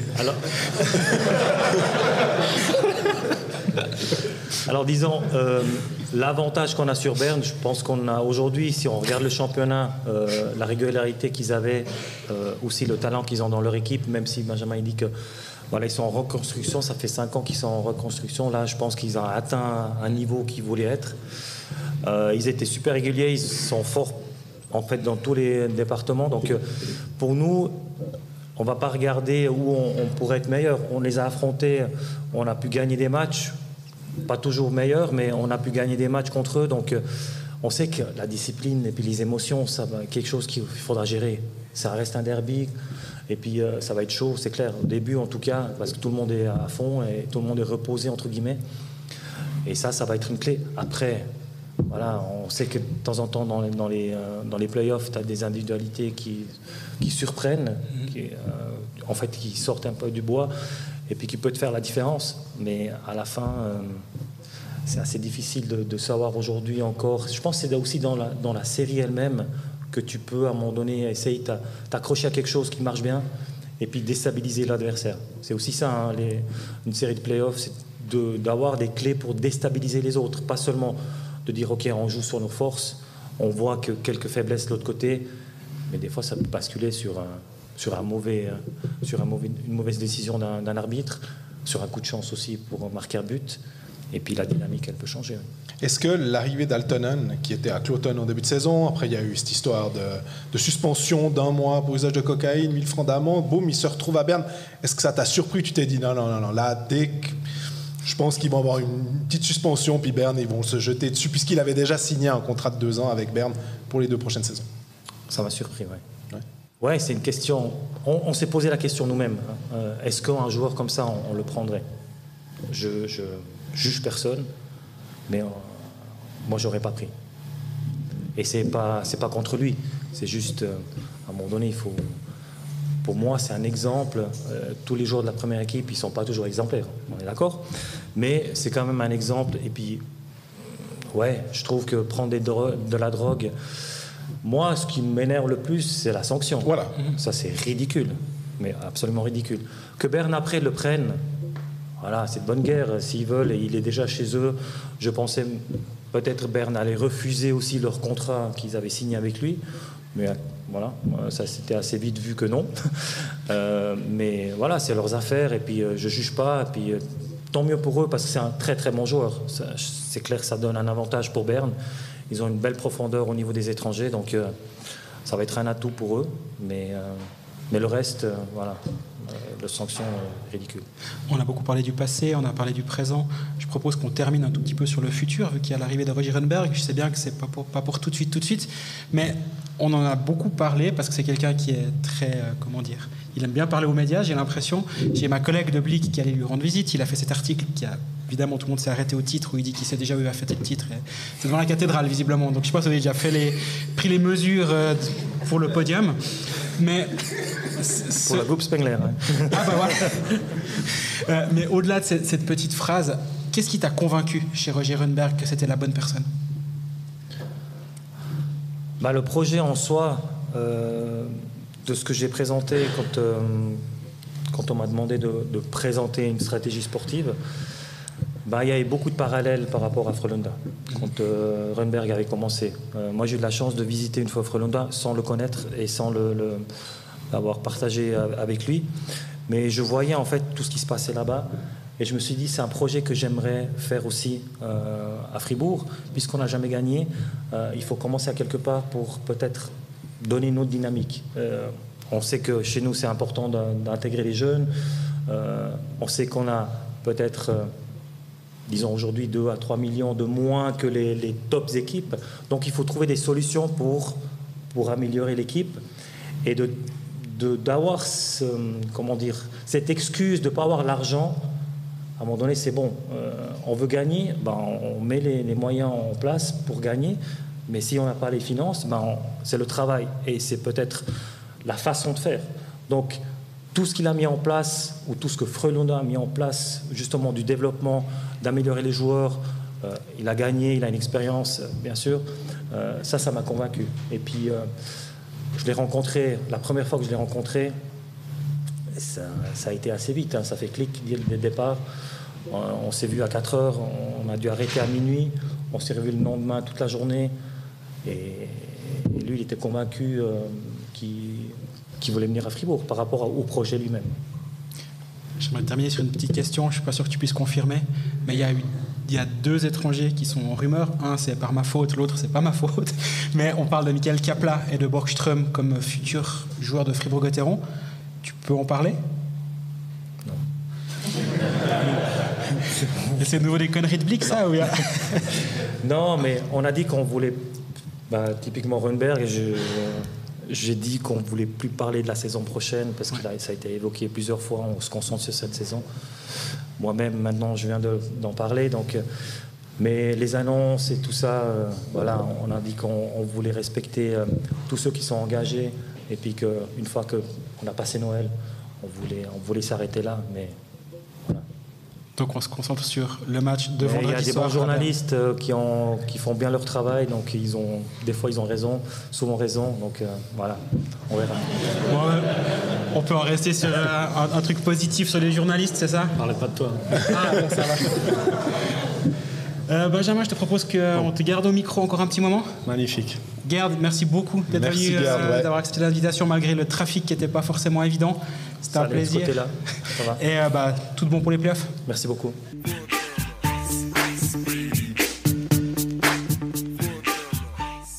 Et on continue cet épisode. On a notre prochain invité qui vient pas de si loin, mais long trajet. Marc Gauti, directeur sportif de Genève Servette, qui a bravé les bouchons pour nous rejoindre.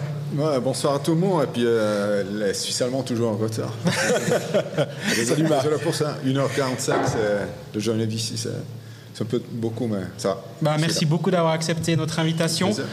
On va déjà commencer par une question toute simple, et comme ça, on passe à autre chose après. Il y a beaucoup de rumeurs autour de Genève Servette. Tu savais que j'allais t'en parler, c'est une évidence. C'est qui le prochain coach de Genève Servette, vu qu'il y a le nom de Sam Hallam qui est partout? Mais on doit faire quoi de cette information? Ça fait part of the business de lancer des rumeurs, puis tout le monde peut dire ce qu'il veut, et puis voilà, c'est pas le cas. Du coup, on a un coach, et puis on va commencer la saison avec lui. pour toi, donc tu vas plus répondre à cette question dorénavant. Non, je n'ai pas besoin de répondre des trucs comme ça. Très bien. Et comment tu as vécu ces dernières semaines finalement où on a eu Johnny Knoebelen, malheureusement tu étais dans les bouchons au début, où il disait que c'était vraiment pénible pour lui, presque il avait l'air d'être à la peine de reparler de hockey sur glace, et il disait ouais, on laisse ça de côté un petit moment. Toi, t'arrives à couper, ou vu ton statut de directeur sportif, c'est impossible? Non, à la fin, comme GM, tu t'arrêtes jamais. Il y a toujours du boulot, maintenant encore plus que pendant la saison. À la fin, on a fait une saison très compliquée. Du coup, c'est pas une surprise qu'on a fini comme ça. Et à la fin, je pense, le vrai visage de l'équipe, on a montré les derniers 10 matchs, ou 9 matchs qu'on a gagné 7 sur 9. On était très bon, ou juste joué à un autre niveau, mais à la fin, on a loupé les play-ins, et puis ça ne doit pas être le but de cette équipe de jouer les play-ins. Du coup, voilà, on est déçus, mais à la fin, tu dois aller en amont et puis apprendre tes erreurs et puis faire le nécessaire pour la saison prochaine. Justement, faire le nécessaire, tu as déjà mis des choses en place, ou tu as commencé à mettre des choses en place en cours de saison. C'était peut-être, ça n'a peut-être pas payé aussi tôt que tu l'espérais, mais c'est quoi les prochaines étapes dans ton esprit?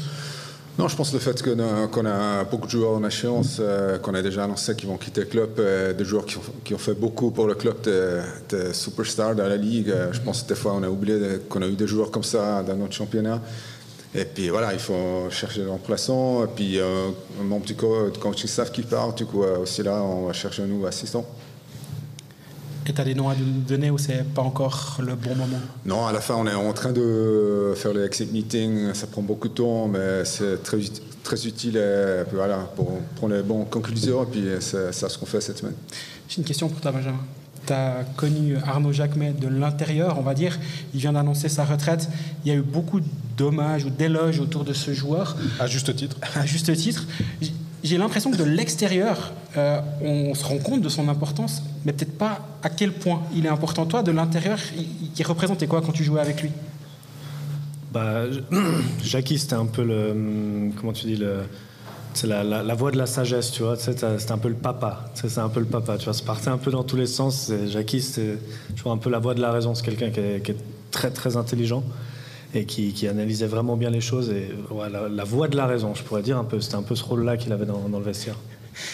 La voix de la raison, il y avait lui, il y avait Noah Rod aussi, ouais, qui a eu une saison blanche.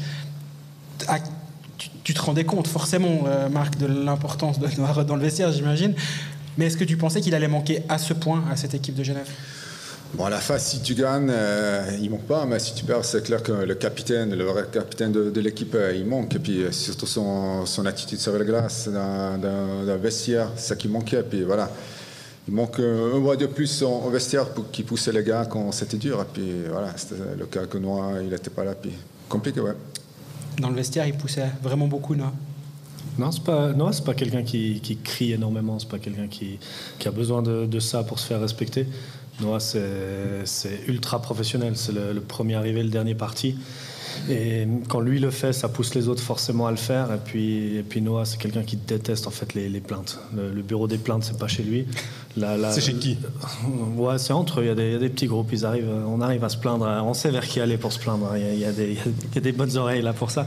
Mais Noah, c'est pas le bureau des plaintes. Et puis c'est quelque chose qu'il déteste par-dessus tout. Et je pense que quand la saison elle est un petit peu compliquée aussi, c'est clair que là, on fait un petit peu on se plaint un petit peu régulièrement. Et puis Noah, s'il avait pu être là, je pense que plusieurs fois, il aurait pu clairement un petit peu casser ces espèces de bureaux de plainte, comme on dit. Et puis Benji, toi qui as fait partie de l'épopée du titre en 2023, après tu as pris ta retraite, comment tu as jugé ces 2 dernières saisons de Genève? Il y a eu le titre en Champions League qui était magnifique. Puis il y a eu quand même le play-in l'année passée, et puis là, juste de manquer, tu t'es dit, en regardant chaque fois le contingent, tu te dis non, mais c'est pas possible. C'était assez frustrant à regarder les matchs de Genève, parce que une majorité avec qui j'ai joué, que j'ai connu, et le potentiel de l'équipe, il est clairement pas à la place où ils ont fini aujourd'hui, c'est sûr. Marc, tu disais qu'on doit apprendre d'une saison comme celle-ci, ou peut-être des 2 dernières saisons. C'est quoi les principales les principaux apprentissages que tu as fait? Bon, je pense au niveau d'attitude, à la fin, la Ligue est tellement équilibrée avec les 6 étrangers que tu ne peux pas relâcher le match. Je pense qu'il y a 10-15 ans, jusqu'à novembre, tu voyageais un peu comme ça. Puis les équipes, ils ont commencé à jouer, ils étaient en play-off. Maintenant, c'est plus comme ça. Puis surtout aussi avec les play-ins de 7 à 10, il faut se battre pour arriver au top 6. Puis, en fait, au niveau d'attitude, à la fin, tu peux gagner une saison, puis tu relâches après, tu finis même pas en play-off. Et puis, c'est ce qu'on doit apprendre, voilà, de vraiment être au taquet chaque année. Et puis, comme je dis dans une interview, malheureusement, j'aurais dû changer plus après la saison dernière. Oui, on a gagné la CHL, mais si tu regardes la qualité en Suisse avec les joueurs, c'est quand même beaucoup plus élevé que les autres équipes. Je pense qu'on a joué à Lucan en demi-finale. Voilà, presque il y avait des joueurs qui demandaient des autographes à Fipula, du coup, juste pour blaguer, non, mais du coup, ça doit être normal qu'une équipe suisse gagne la CHL chaque 2 ans. Ouais. Si tu veux gagner, tu vas la gagner, non.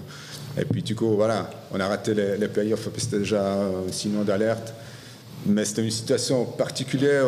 On s'est dit, OK, on a gagné 2 titres, il ne faut pas changer en temps, on va avoir fin de nouveau, long été, et puis voilà, puis c'est compliqué maintenant de dire, OK, j'aurais dû casser beaucoup. Parce que tu ne sais pas si ça marche ou pas, non? Quoi? Entre les étrangers ou les Suisses? Parce qu'on sait aussi comment est le marché. On ne peut pas dire, ah bah tiens, j'aimerais bien ce joueur-là. Bah non, il a un contrat, on ne peut pas le casser comme ça. Donc, les étrangers, mais quand on regardait sur le papier, Vatanen, Artikainen, Lennström, enfin, il y avait Maninen, il n'y en a aucun qu'on se dit, ah non, vraiment, ça c'est un étranger de deuxième, il n'a pas pu avoir le top, il a pris celui d'en dessous. On ne comprend pas, quoi. Non, clairement. Au moins, il y avait l'avantage qu'il y a 13 équipes qui le prenaient. Mais de l'autre côté, je pense que si tu veux gagner sur le long terme, un peu de continuité, ça il faut. Mais il faut aussi avoir le mindset pour. Et puis c'est ça qui nous manque un peu. Je te propose qu'on se projette justement un petit peu vers le futur. Il y a eu quelques annonces qui ont été faites. Et aujourd'hui, sauf erreur, dans le 24 heures, Tim Bozon parle du fait qu'il a signé à Genève. Je l'avais annoncé il y a quelques temps, donc je suis content. C'était pas une erreur. Tu fais souvent la pub pour toi, c'est bien. Non, c'est pas ça. Mais si jamais c'était d'emblique... Il a dit, tu as souvent raison. Voilà. Des fois j'ai tort, mais bon, c'est pas la question. Tu parlais justement d'attitude. Et est-ce que justement, c'est un très bon joueur de hockey, il apporte beaucoup de choses, mais justement au niveau de l'attitude, un peu une sale tronche, si j'ose dire, c'est ce qui peut te plaire dans un profil comme le sien? Non, clairement. Voilà, je pense que ce n'est pas le moment maintenant, 2 jours avant les playoffs, de parler de lui pour respect de Lausanne. Mais de l'autre côté, son profil, c'est ce qui manque un peu. Et puis aussi, avoir le niaque à l'entraînement, de pousser les autres. Et puis voilà, peut-être on était un peu trop gentil avec nous. On ne se poussait pas vraiment. Et puis voilà, comme on a dit, la qualité était sans faute, elle était là. Mais on n'a juste pas joué au niveau. Quand je dis sale tronche, ça correspond bien au personnage. C'est très positif de le dire comme ça. Non, mais oui, il peut clairement amener quelque chose. Après, je pense je connais pas la suite, on va dire pour Genève, mais je pense qu'il y a quand même un noyau qui est là. Tant que Noah sera là, il y aura un noyau, et je pense que c'est important que les nouveaux joueurs qui arrivent se greffent sur ce noyau. En fait, le but, c'est de le faire le plus grand possible. Et puis c'est ça qui est arrivé. C'est ça qui s'est passé quand moi je suis arrivé. Il y avait ce noyau. Là, il va falloir le renouveler un petit peu avec Jackie qui part. Mais je pense que c'est ça l'important, c'est de se fondre un peu dans la masse, de s'intégrer au vestiaire, aux gars qui sont déjà là. Mais on a l'impression que ces joueurs type Bozon, il y en a d'autres dans la Ligue, qu'on a l'impression qu'ils montent leur niveau de jeu aussi, en tout cas qu'ils vont être bons en play-off. C'est peut-être pas ceux qui marquent le plus de points en saison régulière, mais ils sont difficiles à trouver, ils sont difficiles à identifier. Ou alors est-ce qu'il y en a qui tout d'un coup on se dit, ah lui je sens qu'il pourrait être celui-là? Non, tout à fait. Je pense à l'époque, il y avait André Rotelli, Thomas Ziegler, c'était un joueur hyper recherché. Non, en play-off, ils étaient là. Et non, je voulais dire un mot que je ne peux pas dire. C'est seulement ça. Non, tu ne voulais pas jouer, tu t'es testé. Non, Ruffenhardt, un joueur comme ça. Puis voilà, il faut avoir ça pour gagner. Puis voilà, il faut un juste équilibre. Dans les annonces, il y a eu l'arrivée, on verra, mais de Stéphane Cherlin comme gardien. C'est forcément une super nouvelle vu la saison qu'il a fait à Langnau où il était absolument incroyable. Toi, tu regardais ça comment, en sachant qu'il venait l'année prochaine, mais en même temps, il fait une saison à ce point hors du commun qui pourrait peut-être intéresser des clubs de l'autre côté. Tu es en contact avec sur son avenir? Bon, à la fin, ça dépend pas de moi. Et puis, je pense que ça dépend un peu de sa personnalité qu'il a. Est-ce qu'il va aller comme numéro 4-5 là-bas ou il dit OK, je fais encore une saison à Genève, j'ai une chance de jouer champion du monde, Jeux olympiques, des choses comme ça. Voilà, on est toujours en contact. Mais de mon côté, c'est sûr que s'il vient chez nous, on a probablement deux super gardiens. Puis l'autre côté, s'il part en NHL, on a un Genois qui joue en NHL. Du coup, c'est pas pire non plus, non? Tu as un plan B au cas où dans ta tête? Tu es obligé d'y réfléchir? Ou finalement tu dis, bon, on a encore un peu de temps, un gardien étranger, ça se trouve pas facilement, mais ça se trouve sur le marché? Ouais, il y a eu 2 saisons, ils l'ont trouvé en plus. Non, c'est ça, on a eu la chance, heureusement. Mais tu dois toujours avoir un peu plan B comme directeur sportif. Et puis voilà, quand c'est le moment, on verra. Est-ce qu'on a plan C aussi et plan D des fois? S'il y a 2 choses qui ne marchent pas. Ouais, si tu arrives à plan D, t'es mal barré, mais de temps en temps, ça arrive. Ça arrive? Ouais, malheureusement, cette saison, on a eu 7, 8, 9 blessés de temps en temps. Du coup, ça va être un peu compliqué. Ouais. Au moment où on parle de la retraite d'Arnaud Jacquemet, il dit on est 8 à partir. Et on était plusieurs journalistes autour, on a commencé à faire tous sur nos dos en disant lui. C'est qui les 8 départs de Genève Servette? Bon, tout le monde a lu les journaux, du coup, je pense que tu ne dois pas les nommer, non? Les étrangers, il y aura un gros renouvellement. Comment tu vis ça justement et comment tu prépares ça? Il y a Sari Hervik qui a déjà été annoncé. C'est le seul qui est officiel, c'est juste? Oui, tout à fait. Non, à la fin, tu as un peu des idées. Je pense qu'il nous manque un peu de vitesse cette saison. Et puis, on a joué beaucoup dans les coins. Alors, j'imagine bien qu'on rajoute un peu de vitesse avec tout ça. Du coup, c'est un peu la direction qu'on va aller. Un Sari Hervik, on l'a vu, ça fait quelques années maintenant qu'il est en Suisse, notamment à Langnau. Puis on le voyait aussi bon, puis on se dit, mais il n'y a pas un club qui a un peu plus d'ambition quand même que Langnau, sans faire injure à Langnau, mais qui va le prendre, puis finalement c'est Genève. C'est quel type de joueur? Vous étiez combien, tu penses? Tous les GM de la Ligue, ou en tout cas des grands clubs, étaient sur lui? Non, je pense que c'était un club un peu comme Langnau, tu savais qu'il ne va pas quitter Langnau, qu'il sentait bien pour un club genre même façon comme Langnau. Du coup, je sais qu'il y avait 3-4 clubs un peu plus pontants financièrement là-dessus. Et puis voilà, heureusement, il a choisi nous. Toi, de l'extérieur, tu le vois comment, le Genève Servette de demain, on va dire? Benjamin? Réfléchis bien. Non. Comme j'ai dit avant, je pense que l'important, c'est de garder aussi il y a des joueurs qui ont gagné 2 titres, qui vont rester là. Et puis ça doit être le noyau. Et tous les gars qui arrivent là-dessus, que ce soit les étrangers ou joueurs suisses, ils doivent se greffer à ça. Et puis c'est clairement à ces joueurs-là de tirer tout le monde vers le haut. En fait, tu peux pas attendre d'un joueur qui arrive au mois d'août et puis qui prenne l'équipe sur ses épaules pour les emmener aux playoffs. Ça marche pas comme ça. Ce sera, je pense, Noah, il va faire du bien aussi quand il va revenir. Et puis il y a pas mal de gars qui vont le suivre. Et puis voilà, plus il y a de monde qui suit, plus la chaîne est longue et plus l'équipe est forte. Des fois, quand Marc disait il faut renouveler un peu le contingent, c'est aussi peut-être des fois d'accepter de laisser partir des gens qui ont gagné pour faire venir des gens qui ont envie de gagner et qui sont... J'ai pas dit parce que tu as gagné 2 titres, tu restes toute ta carrière à Genève. non, bien sûr, mais tu comprends le fait d'avoir un peu plus faim tout d'un coup, de se dire bon bah voilà, on a déjà gagné un titre, finalement qu'est-ce qu'on peut gagner de plus? Bon bah un 2e titre, et puis celui qui a jamais gagné, il aura envie, quoi. Ça, c'est Gauch qui répond. Non, évidemment, c'est ça la question se posait. Tu as un super joueur qui a bien fait dans le passé. Est-ce qu'il y a encore du jus pour faire une bonne saison? Est-ce que c'est le moment à changer? Et la pression médiatique, les fans, tout ça, ça rentre en jeu. Et puis, tu sais jamais quand on se sépare ou non. À la fin, qui pensait que Dan Winnick, il était incroyable pendant 5 ans, et puis sa dernière saison plutôt compliquée avec la blessure et tout. Du coup, je pense que personne de nous s'attendait qu'il dérope autant que ça, non? Tu as dit au moment de ton changement de coach et de l'arrivée de Eric Trey que ça allait aussi être un moyen de mettre la pression sur les joueurs, que c'est pas parce que certains ont un contrat à Genève qui sont assurés de rester à Genève, finalement c'est à eux de prouver qu'ils méritent de rester. Tu as vraiment une marge de manœuvre. Là maintenant, tes dirigeants t'ont dit, ou le board t'a dit, ok, si tu veux casser des contrats, tu as le droit?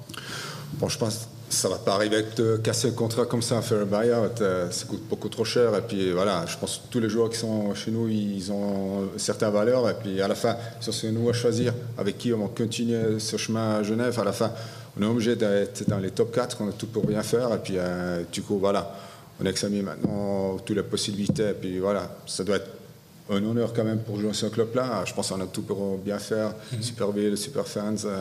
Voilà, du coup, tu dois aussi donner quelque chose pour mériter de jouer dans ce club. Alors, c'est pas contre toi, hein, Marc, je te dis, mais je pense à Michael Spacek, où quand on l'a vu arriver, on avait vu sa saison en Ambry, on se dit, il est quand même solide. Et puis, est-ce qu'il y avait quand même des red flags et tu t'es dit, non, je prends quand même le risque, puis après tu te dis, j'aurais peut-être pas dû prendre ce risque-là, parce qu'on a vu que finalement, ça marchait pas, et puis finalement, vous avez réussi à le faire en sorte qu'il reparte en République tchèque. Non, je savais tout ce qui arrivait, je connaissais son caractère, c'est red flag comme tu dis, ça c'est assez connu, mais il n'y a pas autant de joueurs qui rendent les autres si meilleurs comme lui. Et puis je pense, depuis qu'il est parti, il y a plus qu'un point par match, nous en Tchéquie, dans toutes les ligues européennes, il y a plus qu'un point par match. C'est plutôt aussi à nous, on n'a pas su l'intégrer dans l'effectif, mais je croyais un jeune joueur comme lui qui a des objectifs, qui va bien faire tous les matchs. Avec de l'expérience qu'on a eue de gagner des titres, l'expérience à NHL, championnat, tout ça, il peut filer bien dedans et puis on peut l'amener vers l'eau. Non, puis malheureusement, ça n'a pas fonctionné. Et puis voilà, c'était mieux de se séparer de ce jour-là. À quel point ton équipe, celle que tu as, on va dire, dans ta tête ou sur ton tableau dans ton bureau, elle est prête pour les prochaines années? Tu as quoi comme horizon quand tu prépares ton équipe? J'imagine, forcément, tu as des longs contrats, tu as certains longs contrats, tu as des cadres à renouveler. Tu as combien de coups d'avance et combien d'années d'avance? Moi, je croyais qu'après gagner le titre, on a encore 2 chances à gagner avec cette équipe. Voilà, c'est pas très bien passé, puis c'est nous aussi qui commence maintenant. Je crois que le noyau dur de joueurs suisses est encore dans ce bon âge de hockey. La défense est très jeune. On a 4-5 joueurs d'équipe nationale suisse qui sont entre 20 et puis 27, du coup très jeunes. Du coup, eux, ils ont sûrement encore 5-6 années pour la suite. Et puis après, avec les attaquants, on a un peu plus de marge de progrès avec les étrangers. J'ai toujours eu l'impression que de faire venir un Suisse allemand en Suisse romande, c'était pas super simple. Si. Oui, je parle de joueurs sur le marché. Mais tu signes un Tim Berny qui est quand même zurichois. Chanton vient aussi. Schneller vous rejoint. C'est facile pour toi. Tu fais comment pour convaincre les Suisses allemands de venir aussi loin de chez eux, on va dire. Et Carrère Miranda, mais c'était avant, c'était sous une autre ère. Comment tu convaincs ces joueurs de venir à Genève? Non, c'est très compliqué. Des fois, c'est plus simple de signer un joueur d'NHL qu'un Suisse allemand. Ça, c'est un très bon titre, ça.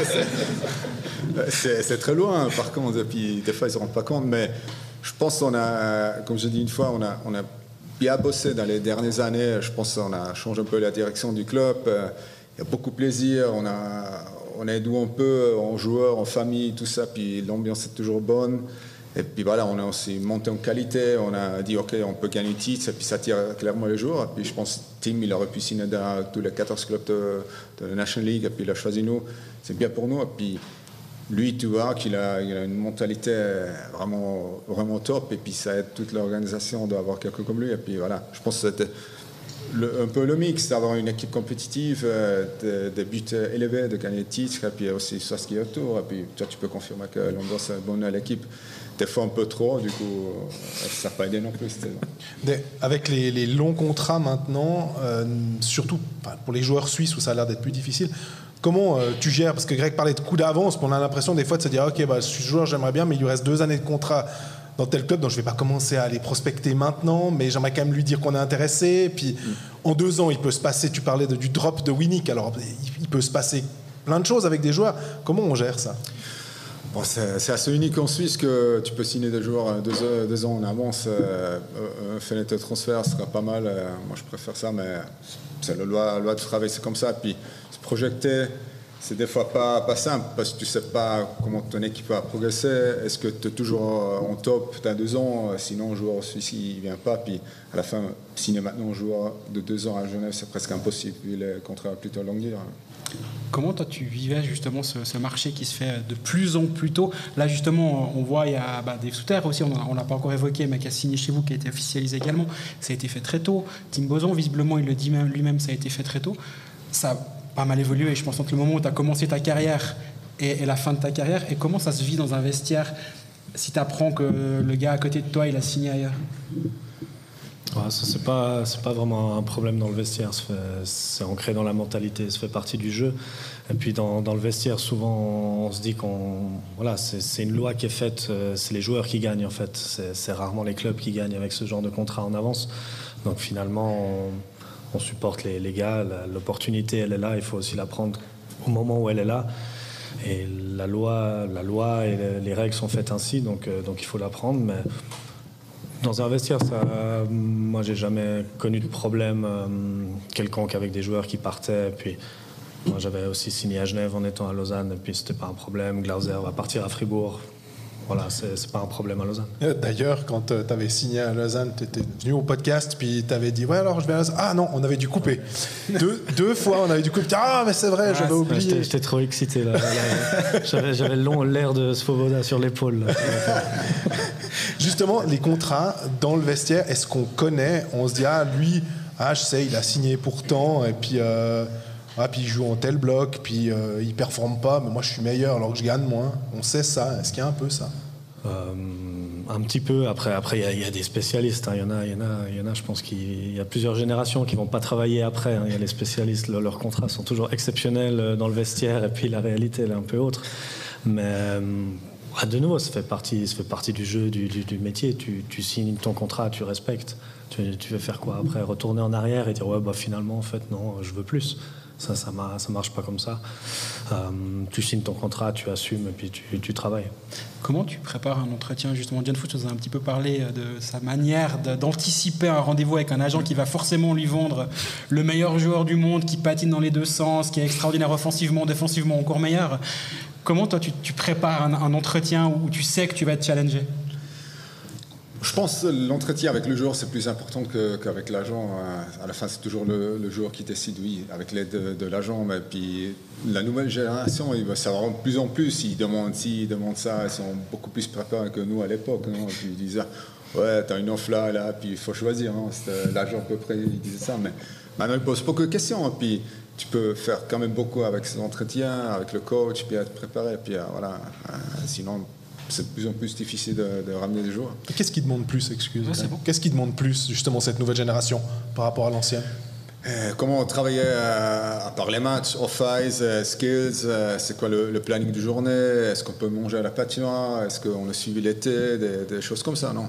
Vraiment plus spécifique pour l'hockey. Puis vous, à l'époque, non? Je sais pas, non. Bon, on n'était pas autant préparé que maintenant. Et puis on faisait pas tout l'été des skis, tout un truc comme ça. On avait une autre mentalité, mais voilà, l'hockey n'était pas si avancé. On parle il y a 20 ans de moi, toi un peu moins, mais ça fait longtemps quand même. À quel point le thème de la patinoire vient sur la table avec les joueurs? Ils disent mais moi si je signe à peu près partout, les infrastructures seront peut-être un peu meilleures ou seront plus modernes. Tu sens que c'est un handicap au moment où tu t'assieds à table avec un joueur?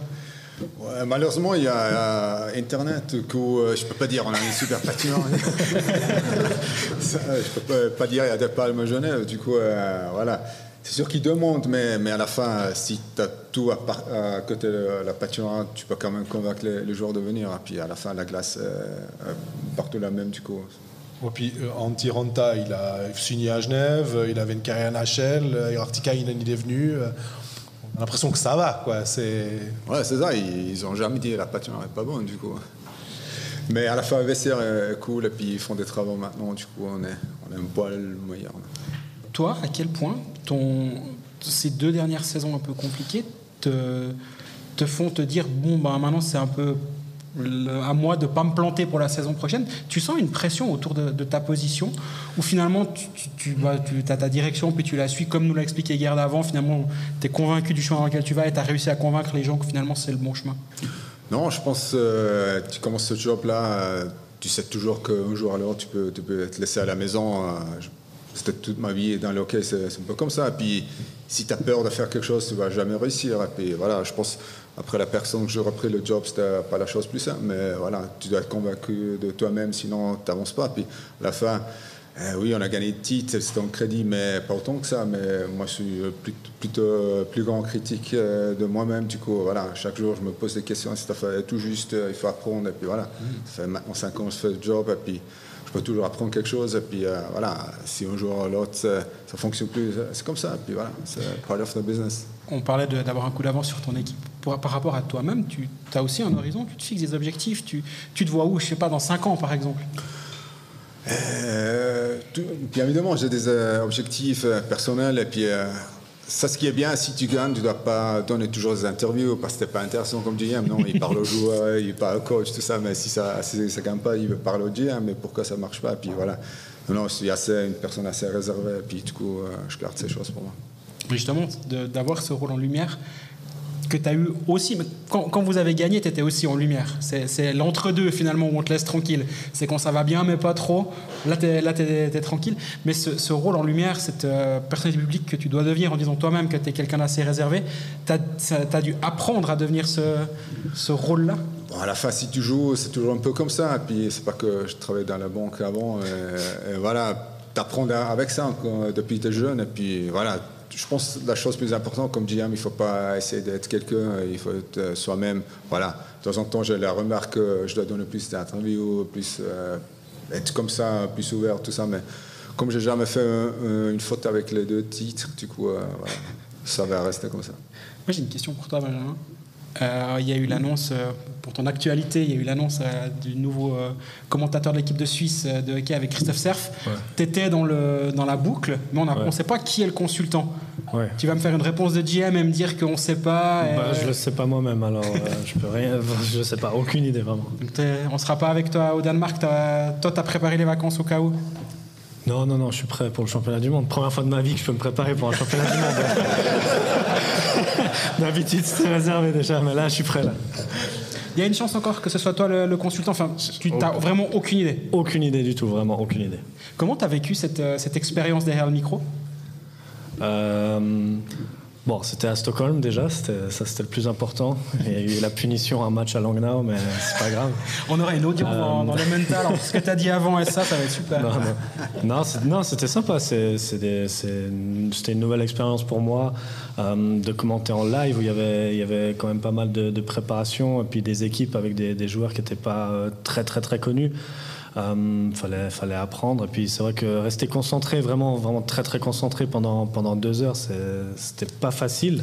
Non, dans le sens pas facile où d'habitude si on fait un petit peu la télé ou on vient ici, voilà, je peux regarder à gauche à droite, je peux regarder les gens dans le public rigoler, ça se voit pas, mais je peux pas perdre le fil du match quand c'était en live, donc c'était un exercice un peu différent, mais c'était intéressant et puis voilà, c'était plus important pour Brian que pour moi.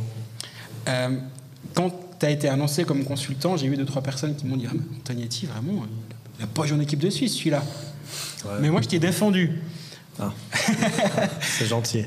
Tu as quand même un passé en équipe de Suisse, on a tendance à l'oublier. Cet historique avec la génération actuelle, il te reste quoi de ces championnats du monde junior avec les Josi, les Niederreiter, ces gars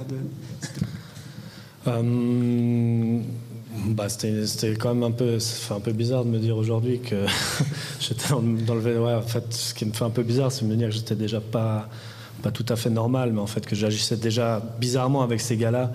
Et puis c'est un peu une fierté pour moi de me dire que ouais, il y en a certains que j'ai recroisés et puis on se serre toujours la main et puis ils se rappellent de moi et disent mais toi t'étais déjà fou à l'époque. Et c'est ça que je trouve assez cool. Et puis ouais, aujourd'hui quand tu vois la carrière de Josi, Niederreiter, il y avait Sbiza, Gehring, ouais, ça fait un peu bizarre de me dire que ouais, ils sont partis sur une autre planète, quoi. Depuis la fin de ta carrière, on a vu cette présence à la RTS. Tu viens de nous dire bonjour à notre micro. C'est quoi le quotidien d'un joueur qui vient de prendre sa retraite? Je ne sais pas ce que tu peux nous en dire. Qui vient de prendre sa retraite, c'est un peu spécial. Après, c'était un peu bizarre pour moi parce que j'avais aussi un peu des petits trucs de santé, mais je pense que en ayant un peu parlé avec d'autres joueurs ou même d'autres sportifs, il y a quand même un petit coup de barre. C'est vrai que tout d'un coup, il y a un peu tout qui s'arrête. T'as plus vraiment un vestiaire. Alors, c'est sûr, t'es toujours le bienvenu, mais tu sens que c'est plus comme avant. Et puis, à un moment donné, il faut quand même couper la corde. Le vestiaire, je suis allé un petit moment, et puis au bout d'un moment, je crois que ça me faisait plus de mal que de bien. Donc, juste regarder les matchs, c'était vraiment parfait. Un petit coup de barre, et puis après, il faut essayer de remonter la pente. Et puis, voilà, je m'intéresse à plusieurs choses. On parle souvent, sans trahir de secret de hockey. Tu m'impressionnes tout le temps à être hyper précis sur les line-up. Tu sais exactement qui joue avec qui, en quelle ligne, première ligne, deuxième ligne, troisième ligne. C'est assez bluffant. C'est une idée de rester dans le milieu du hockey justement à l'avenir, ou c'est quoi la suite? J'ai rigolé au début en parlant de toi comme futur GM, mais tu te verrais travailler dans un club ou autour du hockey sur glace? Ouais, même pas GM, c'est trop compliqué ça. Assistant GM. Ouais, assistant GM, voilà. Moi, je peux venir, je peux être le gars sympa au bureau aussi, ça marche aussi. Mais c'est le côté good cop, bad cop. Ouais, en fait. Exactement. Voilà, on va en discuter après. Peut-être Marc, il peut être un peu bad cop et puis moi, je peux être good cop. Bon, vous connaissez bien en plus les deux, donc. Non, mais oui, disons que mes connaissances et mes qualités jusqu'à maintenant, c'était dans le hockey. J'ai pas essayé grand-chose d'autre, on va pas se mentir. Mais oui, c'est un monde que je connais et puis qui m'intéresse. Il ferait un bon assistant GM, Benji? Ouais, il amène le café ou non? Ah, c'est ça que t'attends de lui? Imagine, assistant. Non. Bien sûr. Malheureusement, c'est pas dans le budget. Pas dans le budget, ok. Ouais, je propose qu'on en reste là. D'ailleurs, on va voir s'il amène les bières à la place du café. Ah, on peut, hein. Bière aussi. Tout, bière, café. Mais il n'y a plus de budget jusqu'à ce que McDavid soit libre. Là, on va rigoler. Bon. Pour 10 jours. Merci messieurs d'avoir répondu à notre invitation. Merci Benjamin, merci Marc. J'espère que le retour sur Genève sera moins compliqué que l'aller. En tout cas, c'était un plaisir de vous avoir les deux à notre micro. Et merci à toutes les personnes qui ont pris du temps pour être présentes aujourd'hui. Merci infiniment. Ça nous fait vraiment beaucoup, beaucoup plaisir. On espère que pour vous, c'était satisfaisant. Et on le refera peut-être une prochaine fois. Merci à tout le monde. À bientôt.